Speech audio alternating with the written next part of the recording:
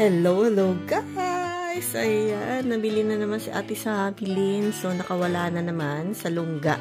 Kaya ayan, namili tayo ng mga gulay, tsaka mga prutas. So, ayan, meron pa sa mga ilalim. So, ayan, meron tayong repolyo, meron tayong sibuyas, meron tayong zucchini, ano ba ito, sayote, may broccoli, may kiwi, may avocado, meron tayong red and bell pepper, meron tayong serrano, chili, meron tayong carrots, ayan, meron tayong ginger, tsaka ayan, ating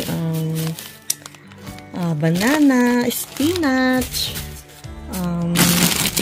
ayan, ating mushroom, ayan, kamatis, meron tayong meat stew, meron tayong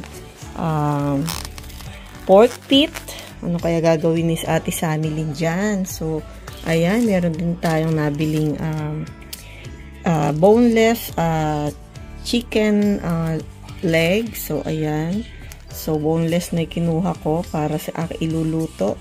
And then, meron tayong tortilla, meron tayong patatas, meron tayong broccoli, at saka ayan, nakabili ko ng pork skin. So, ayan, it means gagawa tayo ng chicharon ngayon. So, ayan, 22 pounds siya nakuha ko.